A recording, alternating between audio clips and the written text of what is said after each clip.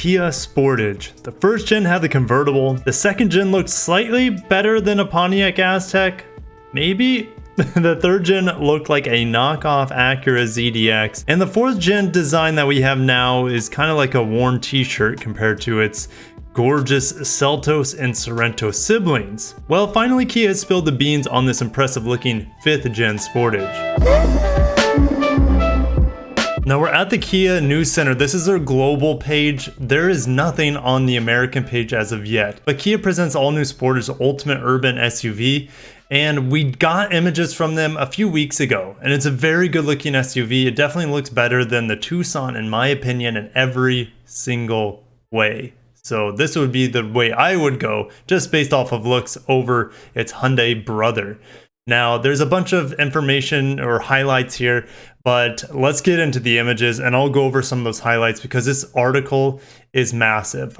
I read the whole thing, so I'm going to spare you guys from putting you to sleep.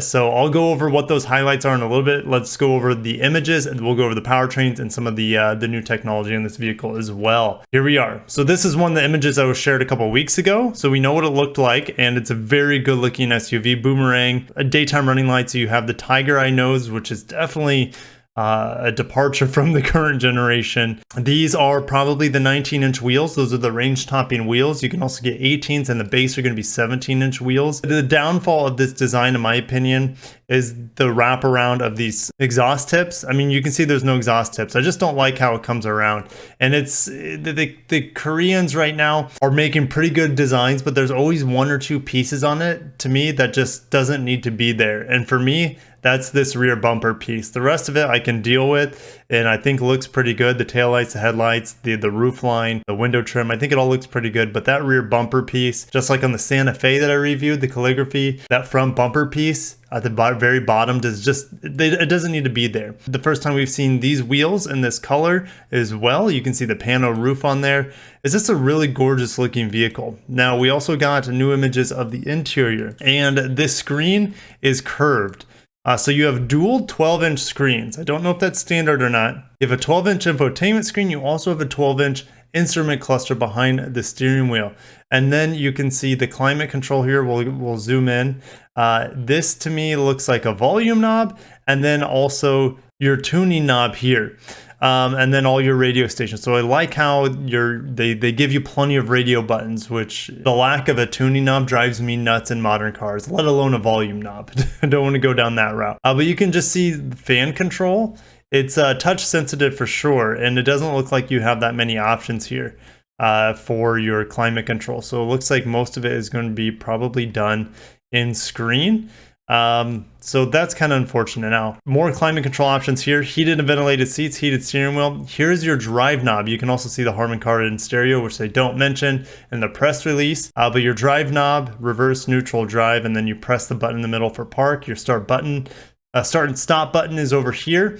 And I like this knob setup better than the push buttons. I think it's a more attractive option instead of the push buttons that I just reviewed in the Sonata.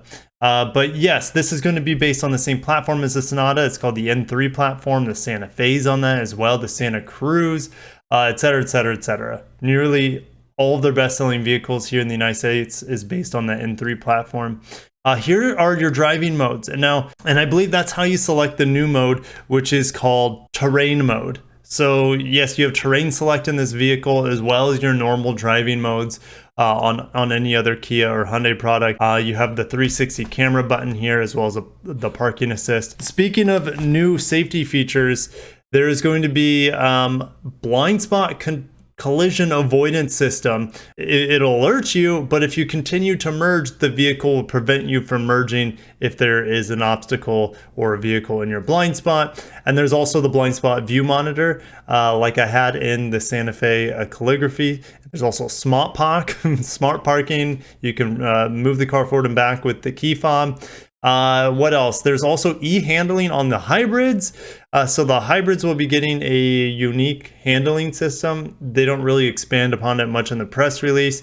And there will be adaptive variable suspension. They call it electric control suspension as an option in this new Sportage here. So they're really throwing the kitchen sink at it in terms of powertrains. features. The interior looks great. And let's talk about powertrains now. So they have confirmed that there's a hybrid and a plug-in hybrid, but they haven't given us the details. I will give you the details in a little bit because it's going to be 99% sure anyways. It'll be the same as the Tucson. Now, the powertrains that they give us in this vehicle are probably for Korea with, well, let's just get over to the spreadsheet. These two powertrains were announced in the press release today, and these are going to be probably just for Korea. One is the 1.6 liter turbo that I just had in the Sonata. And then another is a 2-liter diesel that I wish we got in the United States because it has over 300 pound-feet of torque. And I would be guessing it would be getting around 40 miles per gallon. Just insane amounts of torque in that vehicle. Very efficient. And then the turbo gasoline probably gets somewhere around 28. I don't know if this option has come to the United States. I kind of doubt it, the turbo 1.6 liter. And the reason is this 2.5 liter inline 4 naturally aspirated. That is the engine as the base in the Tucson right now. So I would assume that the Sportage would be getting this 2.5 liter instead of the 1.6 liter turbo. So not nearly as much torque and barely a little bit more horsepower.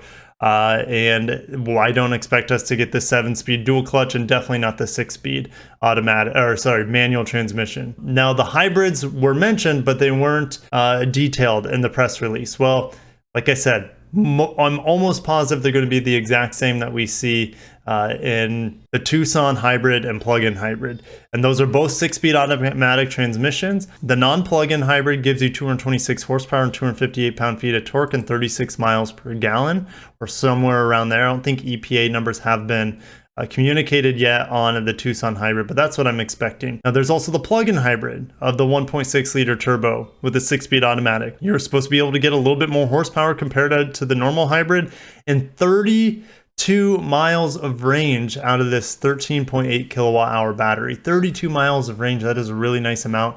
No, it's not as good as the RAV4 Prime with about 42 miles of range. That also has a larger battery at 18.1 kilowatt hours compared to this 13.8.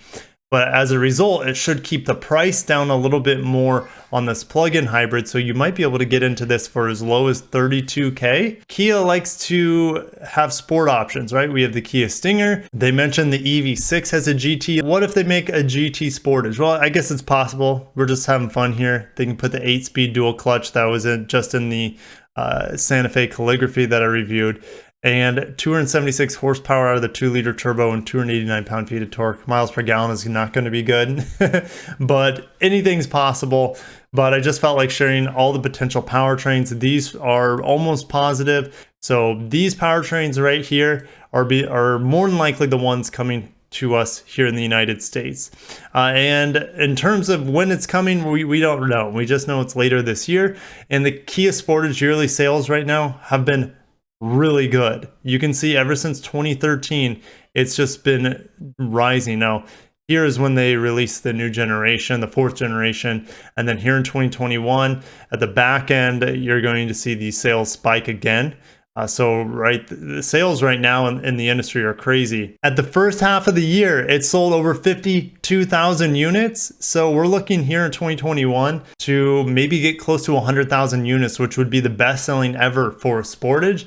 And that's mainly on the 4th generation, not this upcoming gorgeous and updated 5th generation with new powertrains and new looks, etc. So guys, I'm going to end it there. Are you excited for the new Sportage? I definitely am. I never really liked the looks of the current Sportage or really any of the Sportages, other than I find the quirkiness of the convertible pretty cute.